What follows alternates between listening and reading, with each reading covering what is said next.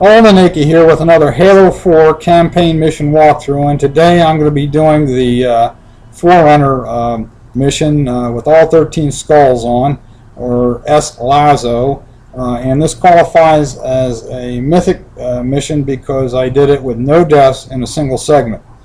And my goal in this mission was to improve upon my the time of my original run, Mythic run, which was 26 minutes or so, and I did this run in 16 minutes and 4 seconds, so I accomplished my goal. Now we're coming up to this first little stalk here to activate a portal, but before that, I don't know if you saw or not, I grabbed an auto sentry to start the mission, because I'll use that at least once in the mission to my advantage. We come out of the cutscene after the activation and turn left, go through the portal. This is the first pylon. And we're going to be doing a combination of sprint followed by bunny jumps. It takes about 3 seconds to regenerate the sprint. So I'll do 3 bunny jumps and then sprint and so on and so forth. But I want to make sure that I have full sprint at this point right here. And because I'm going to be sprinting past this first group of crawlers to get to the bridge. Okay, and I want a full sprint because if I don't sprint, I'm going to die. Alright, through the bridge, I cut the corner there a bit. It's not that difficult to do. That might save you 1 or 2 volleys on your backside. Okay, that's a forced scene right there. Nothing we can do about it. So go ahead and hit the melee button if you want. Don't know if it does any good. And we come up to our first encounter here, which basically is 6 crawlers, a knight, and a watcher. And the crawlers are coming down the wall over there, and I'm going to try to pick off 1 or 2 of them at distance, and then come back over here to the left and use this area as cover. Now the knight and the watcher will hang back. The watcher hangs back all the time. The knight will hang back until I take the 6 crawlers out. And so I am counting. I've got 2, that's 3. Okay, that's 4. And it's 5. I got 1 more. Alright, that's 6. That tells me the knight's going to advance. So I want him to see me, and then I run back here to this spot. And what I'm hoping is he teleports up, which he did pretty quickly. Sometimes it takes a while. And then I'm watching him, and when he goes into his patrol mode, just starts walking back slowly. I sneak up behind him, then hit sprint and backsmack him. Alright, grab his light rifle. Now some people will try to engage the knight right about where I'm at right now using a circle melee, but for some reason in my practice runs for this mission, the knight just wouldn't advance that far. He stayed back by the watcher and kept throwing grenades at me, so I decided to go back to my original technique, and which works pretty well. It takes a little bit longer, but it's safer and it works pretty well. Now I did grab the light rifle from the knight to take out the watcher. If I had assassinated him, the light rifle would have disintegrated along with him, and then I would have to take out the watcher with a combination of my pistol and the suppressors that were lying around on the ground. Okay, at this point we want full sprint. Come out of the door, run this path that I'm taking. A bunch of knights are materializing there, but don't worry about them. Just run right by them. Okay, keep taking this path. Alright, run to the right of these little things here for cover. Come on up here, load up on light rifle ammo. Come over here, engage your auto sentry to keep the crawlers busy, because there's a whole bunch of them down there along with a knight. And just follow the path through the little cave there, and up this path, and back into the Forerunner structure. And you know, unless you run into something, you generally will make that mad dash. And I'm taking damage, but we're gonna take care of that here momentarily by getting our shields back with a melee. All right, come out the door with full sprint. All right, jump down and sprint around the outside here. Normally the crawls are run right by you. Might take a little fire in the backside, but they generally run right by you. And here, notice I hesitated a little bit. I was hoping that these crawlers would run by me too, but they didn't. So I'm engaging them enough to drive them off. And then I'm running up to the first power source, the first of 3 that we have to take out. I melee the power source, and that gives me my shields back. So that, you know, I'm meleeing an enemy, if you will. Okay, I'm just hesitated there momentarily to see whether or not there's going to be a bunch of crawlers or a knight or whatever running by. Not, I just run back out to the outside, keep going to the right, to this rock right here that I'm using for cover. I'm going to have to take out 1 or 2 of these crawlers. Okay, I'm looking behind to make sure I didn't have any come after me. Alright, notice that I drove off the crawlers after I got the first one. That was the second power source. I took it out with 3 shots from the light rifle. Okay, I'm running through the open doorway here to get to the pylon. And by taking this approach, what I've done is I've eliminated the materialization of a whole bunch of knights by leaving that third power source alone until I just threw a grenade down there to take care of it. And you saw the big flash. That means I got it. That is not a hard grenade throw to make. You just aim it at the doorway and throw. And this opens up this barricade up here at the top of the pylon, or pylon walkway, if you will. And so I can get through the barricade and take an elevator up to the top.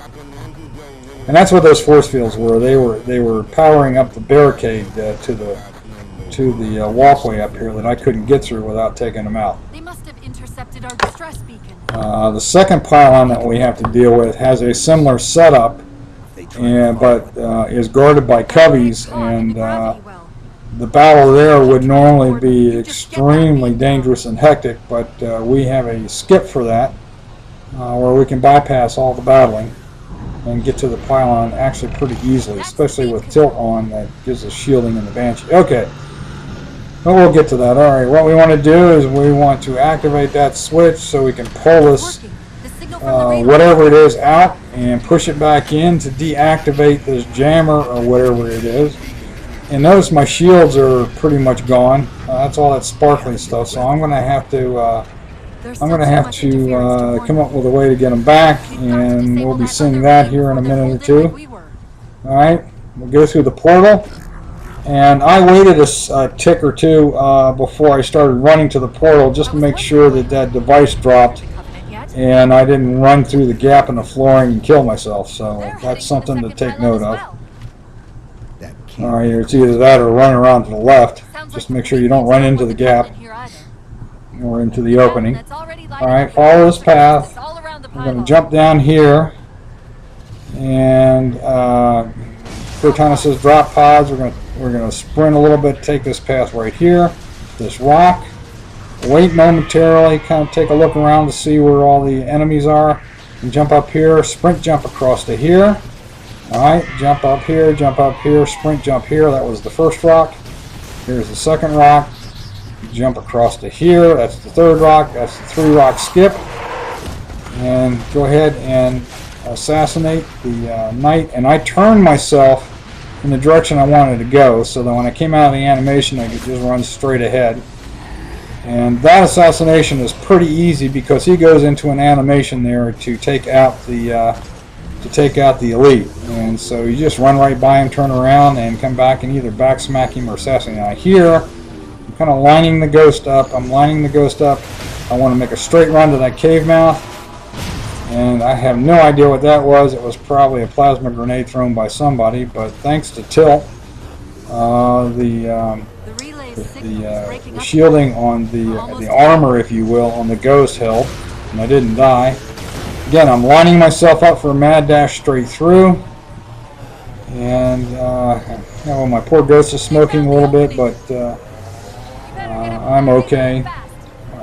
We're taking the path up here. Now, as soon as the door opens, take the angle on the elite and splatter him, or at least drive him out of the way to the backside so you can grab this Banshee and take it straight to that circle, about 2/3 of the way up the pylon, as far as you can go, and then make a right turn and down, and follow this path through this little gap right here in the rocks, and that will actually get you under the map a little bit. Okay, and then get your bearings and then start boosting up towards the top. And I start going straight up and then start banking a little bit left, a little bit left, a little bit left, and then straight up. I'm taking fire from a Banshee, but I'm getting help from the tilt skull here with the armor. Up and over this white dome, then back down. Okay, stay within the confines of the structure here, and try to circle around to either this side or the other side in this area. Run back down towards the doorway. You'll see a waypoint, an activate waypoint light up. Then turn around and come back up here, and we're going to deactivate this particular jamming device, and again, or whatever it is. Okay, and again, my shields are crap. I'm waiting for that thing to drop so I don't fall in the gap there. Shields are crap, and I'll have to do something about that coming up here in a few moments. But we go through the portal into this room, just run straight because another portal will appear. And why would they care about a broadcast relay? I'll handle them. And they're talking about the second pylon and why are they going towards it too, or blah blah blah. And alright, and what we've got is a Phantom here with a Jackal Sniper that we want to take out first. 4 grunts. Take out 3 of them, but leave the 4th for a melee or assassination. This is how we're going to get our shields back. Usually they kind of hang back and hide to the right or the left. This one actually boosted up back towards me, started going to a grenade throwing animation, and I circled him and backsmacked him. And you can do that very easily with grunts. As soon as they reach in that back pocket, go ahead and rush past them and turn and beat them on the back. Okay, I chose the left door here. This is where the Prometheans are winning the fight with the Covenant, and I'm just rushing up to the structure. That Knight's just not even paying attention to me. And I run into the room, run over to the right, because occasionally a grenade will come in after me, like pulse grenade. Some people like to take the right side, which is where the elites are winning and the Prometheans are losing, and I decided that this, for me, personally for me, this side's a little bit easier because essentially what I'm doing is I'm looking at that ramp up there, and when I see the Knight disappear from that ramp, then I make my rush. And sometimes a Knight will appear right there, but he didn't. And this is actually pretty lucky for me. That was pretty easy. Sometimes it's a little more difficult. But I keep my eye on that right ramp and make my rush move when I think I have the best chance of success. And here I've got Knights and a turret firing at elites. I wait for that turret to fire, and then I rush this path. Okay, trying to get past this last Knight, and sometimes he nails me, sometimes he doesn't. That time I got by him. Sometimes you can run along the side and jump back up on the ramp. The idea is to get here to this this activation switch, and basically what I've done is I've activated the didact, or released the didact, and that was his plan all along, and we got snookered. So now we are down to the final ghost rush to get to the end of the mission, and I developed a technique for this after a number of practice runs in my original Mythic run. And what I found was that all the falling rocks, either the falling on top of you or coming in from the side, are all timed to when you take your hand off that left trigger or you stop boosting. You know, sometimes you go around a curve and you want to gain control, you stop boosting, and suddenly a rock will fall on you, or a big slab or something will cave in on you. So what I developed was a technique where if I needed to gain control, I would pump the left trigger like rapid fire on the left trigger, and crap, that wasn't very good, but I survived. And that way the game thinks I'm boosting, but I'm slowing down enough to regain control of the ghost. Now when I'm jumping across those big gaps and I'm going, for example here, I'm at full boost. But when I come down and if I'm wobbling a little bit, or I need to come around a curve, a tight curve, which will be coming up here in a moment, by the way, then I go into a routine where I pump the left trigger to be able to control myself around the curve. There's an S curve coming up here, right about here. We've got to go left and back right, and that's where I'm pumping the trigger, and then I go back to full boost. and I go over the gap, and I don't get killed by that falling rock, and then I'm in a cave system, and I'm doing the same thing, because what will happen here is that as soon as you take your finger off that left trigger, that's when the rocks will fall on you, or the cave system will close up on you. So as long as you're pumping that left trigger, you should be okay, and you should have enough control over the ghost not to flip it or run into anything, which is also disastrous in those cave system thingies. Alright, I'm full boost across here, and when I get down, oh, I flipped.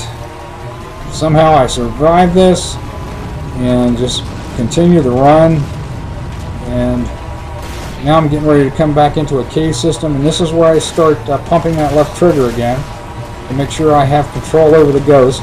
I'm not going here too fast, because I am not a good driver, as you've already seen. And I make it through that little cave system. Now we've got explosions that are jumping us up in the air, and we want to take care that we don't lose control there.